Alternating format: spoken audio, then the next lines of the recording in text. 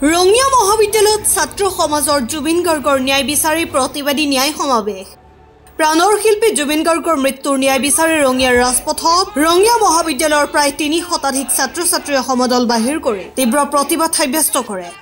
ছাত্ৰ-ছাত্ৰীসকলে হাতে হাতে প্লেকাৰ্ড বেনাৰ লৈ চৰকাৰৰ বিভিন্ন চৰকাৰ বিৰোধী শ্লোগান দিয়ে লগতে জয় জুবিন ধ্বনি দি প্ৰতিবাদ সাব্যস্ত কৰে ৰঙিয়া মহাবিদ্যালয়ৰ পৰা ৰঙিয়া নগৰৰ মূল পথসমূহেৰে প্ৰতিবাদী সমদল বাহিৰ কৰি জুবিন গাৰ্গৰ মৃত্যুক লৈ ৰাজনীতি নকৰিবলৈ সকীয়াই দিয়ে ছাত্ৰ সমাজে এই সমদলত স্বতঃস্ফূৰ্ত অংশগ্ৰহণ ছাত্ৰ-ছাত্ৰীসকলৰ জুবিন গাৰ্গক লৈ ৰাজনৈতিক বৈতৰণি পাৰ কৰা সকলক হুংকাৰ প্ৰদান ছাত্ৰ সমাজৰ জুবিন গাৰ্গক ন্যায় নিদিয়া পৰ্যন্ত ক্ষান্ত নহয় ছাত্ৰ সমাজ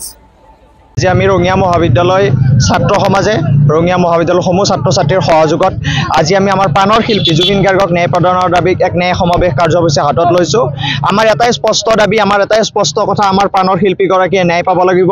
তেখেতক যি ছিংগাপুৰলৈ লৈ গৈ তেখেতৰ যি ৰহস্যজনক মৃত্যু হ'ল সেই মৃত্যুৰ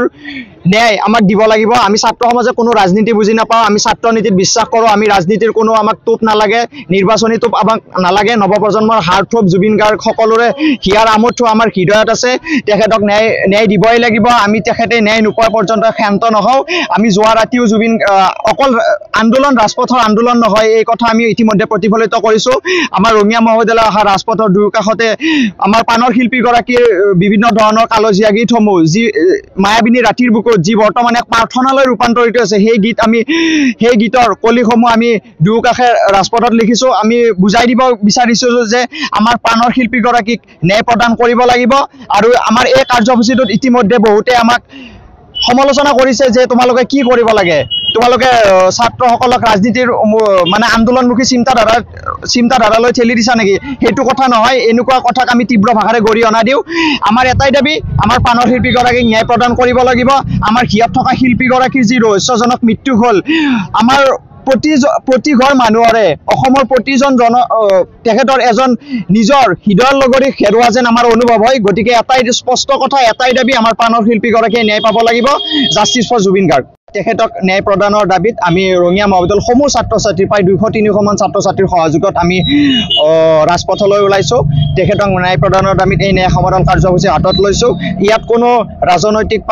ৰাজনৈতিক পাৰ্টি দল সংগঠন জড়িত নহয় সমূহ ছাত্ৰ সমাজৰ আমাৰ এই সিদ্ধান্ত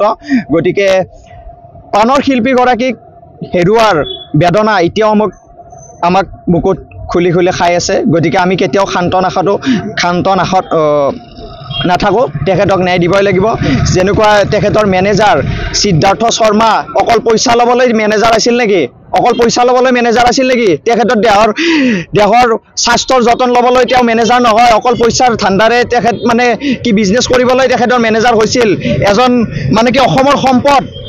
আমাৰ সম্পদ আছিল এই সম্পদজনক এনেকুৱাকৈ ব্যৱহাৰ কৰি মৃত্যুৰ মুখলৈ ঠেলি দিয়াৰ আঁৰত কোন আছে দুখীয়া কঠোৰতকৈ কঠোৰতম শাস্তি পাব লাগিব এটাই দাবী আমাৰ ছাত্ৰ সমাজৰ এটাই দাবী একদম কঠোৰতকৈ কঠোৰতম শাস্তি পাব লাগিব আমি কোনো ধৰণৰ কথাত ভুল নাযাওঁ নিৰ্বাচনীটো আমাক নালাগে আমি ৰাজনীতি নিবিচাৰোঁ ছাত্ৰ নীতিত বিশ্বাস কৰোঁ গতিকে আমাৰ প্ৰাণৰ শিল্পীগৰাকীক ন্যায় দিবই লাগিব ন্যায় নথকা পৰ্যন্ত আমি ক্ষান্ত নহওঁ ধন্যবাদ CM গৰাকীয়ে ন্যায় দিয়ে তাৰ বিশ্বাস নকৰোঁ কাৰণ তেখেতৰ বনাই দিয়া SIT টিমটো